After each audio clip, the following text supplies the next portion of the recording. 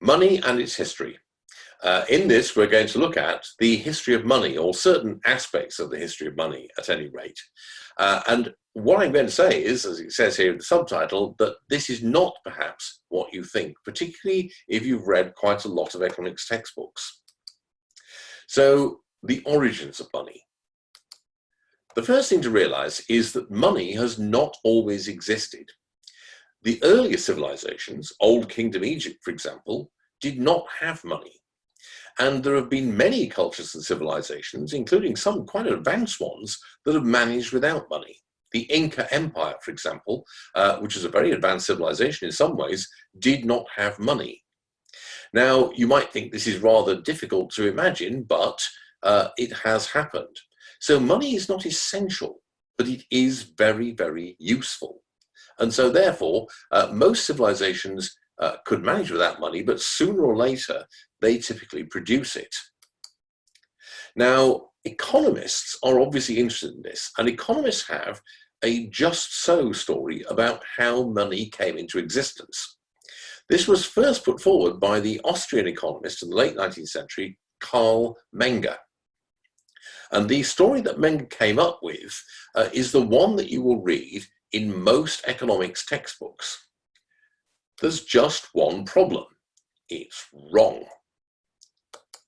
Now, here is the story that Menger came up with, and which the economists will still tell you in most introductory economics courses. Money was invented because of what is called the problem of unsynchronized wants. The idea is that before you have money, you have a barter economy in which people exchange goods for each other. So suppose I have shoes and you have wheat. I need wheat to plant in my fields. You need shoes to keep your feet dry. There's a straightforward barter exchange. I give you some shoes and you give me some grain. But the problem arises when, as we see in this rather funny cartoon here, there's a mismatched want. The bartender in this case, you can assume, has no interest in a cow, much less a cat. And so therefore the problem is, how can there be an exchange? One person has what the other wants, the bartender has what the chap with the cow wants, but the fellow with the cow doesn't have anything that the bartender wants, or that the bartender can take. It might be he'd take a bit of the cow, but not the whole cow. And so the idea is that money is developed as a way of getting round this problem, the problem of resolving non-aligned wants in the state of barter. The problem is quite simple. There's no historical evidence that this is true, and quite a lot of historical evidence that this, in fact, is not true. Barter often exists alongside money, and in fact, the evidence suggests that complex barter systems happen after money has been invented, and they're typically a response to a shortage of money. So it's not that barter exists and then money is created, it's rather that money already exists in some shape, and barter is invented when money stops working for some reason. Now, what we have here is a picture that shows how the historians and the anthropologists generally think money got started. What you can see here is something called a tally stick. A tally stick is a way of keeping a record of debts or obligations. So what you have there is a stick which is originally in one piece. And what has happened is that whenever a transaction has been done between two people, a notch or cut has been made in the stick. And the notch or cut indicates that something is owed and the nature and content or size of what is owed. Now, at a certain point, the stick has been split, as you'll see, into two parts. The creditor, the one to whom something is owed, keeps one half, the debtor takes away the other half. And at some point, what will happen is this. The creditor, the one who has the half of the stick that says something's owed to them, can use it to pay for something. Suppose the holder of the credit stick wants to acquire something, he can hand over the tally stick as payment. The person will take the tally stick as payment because they know that at some point in the future they can trot along with their stick to the person who holds the other end of it. They'll see that the two match up, and the debtor will then have to pay them. And this is actually the origin of money. Money, in other words, arises out of circulating debt. Tally sticks are one of the very, very common forms that circulating debt takes, but there are others. So as it says here, money actually arises as circulating debtor obligations. It's debt that is the thing that comes first. Money is something that comes out of debt and comes afterwards. Actual physical currency, coins, as opposed to things like tally sticks, recording of debt, appears much later, and it's often invented by rulers. Not always, though. Some kinds of coins and money are created and invented by private actors. So, for example, in the 18th and 19th century, a lot of the circulating coinage in the British Isles was made up of trade tokens issued by local businesses. This was because the government, the Royal Mint, was not producing enough small circulating currency for what people needed. Now, what this means is that there's always been a connection between money and debt or credit. The two things are inseparable in a way. They're intimately related. It's not the case that you have money first and then debt as a later invention. Now, economists, of course, again, this is something that you will be taught in your very first class in economics, have always thought that money has a number of functions, and I'll explain why functions in this headline is put in quotes. These are the four functions: to serve as a unit of account, the unit of measurement for the rate at which goods exchange for each other. Secondly, as a medium of exchange, to serve as a single commodity that everyone will accept because it can be universally exchanged for any other commodity, so making the exchange of goods much more easy and removing friction in exchange. Thirdly, to act as a store of value, to act as a medium by which you can actually store up foregone consumption and then at a later stage convert it into goods. And finally, to act as a promise of future payment, which is what those tally sticks were doing. Now, those are thought of as the functions of money, but there's something problematic with that way of thinking about it. It's a very useful analytical model, and it makes a lot of sense if you want to actually understand what kind of uses money has. But 2 points. One, as it says here, is that economists tend to overemphasize just one of those functions, the medium of exchange function. They tend to spend too much time talking about that and not enough time talking about the other functions. And also, and this is the big problem, that way of thinking implies that there is a single thing called money that does four things. Now, sometimes that is true, but actually it's not always true. And in fact, for most of human history, in most places, and for most people who use money, there are actually different kinds of money for the different functions. And there are good reasons for this, because the functions are not necessarily compatible. They can be in tension with each other.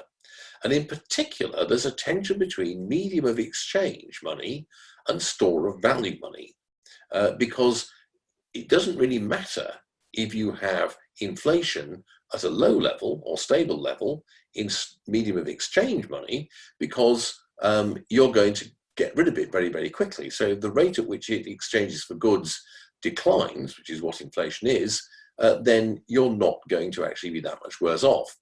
But on the other hand, you really don't want that to happen with store of value money. So if you have the one kind of money doing both, there's difficulty.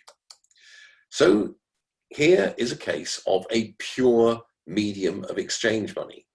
This is a Chinese coin, or as it was known, cash. Cash is actually a Chinese word. used to describe these kind of round copper coins with a square hole in the middle. Under the old Chinese Empire, the Chinese state would mint several billion of these coins every year for hundreds of years at a time. So we're talking about something produced in very large quantities, also produced though by private mints, but mainly by the state. And this is a pure medium of exchange money. However, it's also adapted to serve as a unit of account. This is what is known as a string of cash. A string of cash is 1,000 of those little copper coins all looped together on a string threaded through the square hole in the middle. And prices in China are calculated in decimal fractions of strings of cash, so that you also get a unit of account. But even when you don't pay for it in actual cash, you still price things in strings of cash, and so that is what the unit of account is. Now here, on the other hand, is another kind of Chinese money historically. This is what is called a tael, which is an ingot of silver, produced not by the government, but usually by private silversmiths. The stamps you can see here, the chop as they're called, tell you where it was made, but also they guarantee its purity. It's like an assay mark. Now this is a store of value money. What people would do is exchange either strings of cash or actual physical commodities for taels, and the taels would then be put away. They were a kind of money that you only used for very, very large purchases, buying land, paying taxes, buying a house, buying a ship, capital investment, in other words. It was a completely different kind of money. Here you have finally a promise of future payment money, which the Chinese really invented in the 12th century. This is paper money, and this comes from the Ming dynasty, but they were actually invented right back in the Tang dynasty, much earlier. In fact, even before the 12th century. It becomes widespread in the 12th century, but it's actually invented in the 8th or 9th. Now, what the Chinese characters on here do is give the name of the person who issued the flying money. This could be the government, but it was usually actually private bodies, banks, clubs, or even wealthy private individuals. And basically, this is a promissory note by which the issuer of the note promises to pay on demand a certain number of strings of cash or a certain number of taels or even a certain amount of actual commodities. So this is like a check. It's a promise of future payment money issued in most cases in Chinese history by private actors. So in the Chinese case that we've looked at, what you can see there are several quite different kinds of money, one for each of the different functions of money, and in many cases issued not by the Chinese state, the emperor, but by private actors, clubs, banks, savings associations, companies, individuals. So what can we learn from the history of money? Well, the first is something I've already mentioned. Money is founded on two things: debt and obligations and exchange. We often think of these as consequences of money, but it actually makes just as much sense to think of these as being the origins of money. Money cannot exist without exchange, and money originates in obligations or debts, where one person owes something to another. It doesn't always have to come from government. Historically, a lot of money has actually been created by non-government actors, as well as by rulers or governments. Over time, though, the role of rulers and governments has increased, and they have sought by almost any means at their disposal to create a monopoly of issuing money.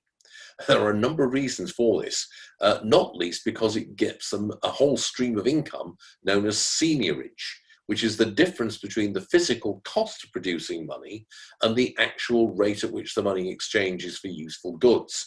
That's one of the little-known sources of revenue that rulers have relied upon, and which is why obviously they don't want to have anybody else getting a cut of it. There's also, as it says, as I've been showing, different kinds of money historically with different kinds of functions. Now, over the last 3 years, what we have seen is a big growth in the relative importance of promise of future payment money or credit. And today, it's now the dominant kind of money. The bulk of the money that we use is no longer physical medium exchange money, coins, nor is it store of value money. It's typically promise of future payment money. Credit issued by banks now makes up the bulk of the world's supply of money. This is the rough chronology over the last 500 years. From about 1550 onwards, we have a world monetary system, the first time we actually have a true world money order, which was based on silver. This was made possible by the discovery of enormous silver mines in the New World, in Mexico and Bolivia, which made possible a global monetary system in a way that hadn't been the case before. After 1815, for reasons to do with the internal politics of Great Britain, there's a switch to gold, and we move into the gold standard, which is the dominant world monetary system from 1815 right through the 19th century. This is a system in which all kinds of money, whether of any of the four kinds, can be ultimately redeemed or are backed by the commodity of gold. This breaks down in 1914 because governments have to abandon it in order to fund the Great War of 1914-1918. And during the years after the Great War, we do not have a functioning world money system. One of the main reasons why we have such problems in the interwar years is because we have a disrupted and deranged monetary system. In 1944, a new monetary system is created at Bretton Woods in New Hampshire. And this is a system that lasts until it in turn breaks down in 1971. It's based upon the idea that the dollar can be converted into gold, but all other currencies can be converted into the dollar at a fixed rate of exchange. So it's still ultimately backed by gold, but via or through the medium of the American dollar. This breaks down in 1971 because a lot of people were increasingly doubtful about the ability of the United States to pay back debts in dollars which would have a constant value. So they began to demand payment for their debts in gold, and this led to a flow of gold out of the US Treasury. And Richard Nixon suspends the convertibility of the dollar into gold. Since then, we've had a completely fiat-based money system, one based entirely upon the ability of governments to print money or to underwrite credit and to insist that taxes be paid in the money that they issue. We also have a system of fluctuating or floating exchange rates. It's very early days to see whether or not this monetary system is going to survive. The evidence the last 500 years is that all monetary systems eventually meet some kind of nemesis and break down. So finally, we need to be very careful about money. Money is fragile. A monetary system is not necessarily secure. Money systems can break down and collapse. The first recorded example of this is in the 14th century in China, where you have the world's first recorded hyperinflation. The Roman Empire came very near to having its monetary system collapse in the late 3rd and early 4th century. So monetary systems, even in very complex and elaborate societies, are not necessarily as stable as they may appear. It's quite easy if you do the wrong things to make it collapse. Deranging the money system, undermining its foundations, has system-wide effects because money is used in every aspect of economic life. And these effects are almost always bad. If you derange the monetary system, you're going to disrupt consumption, you're going to upset supply and demand and its pattern, but even more seriously, you're going to disrupt the whole process of investment and the pricing of risk. And by doing that, you're going to make the whole economy work badly or even break down completely. And so undermining the monetary system has very, very bad effects. And finally, the system we have at the moment is one that we've only had since 1971. So we still do not really know yet how it's going to work out or what kind of consequences or features it's going to have.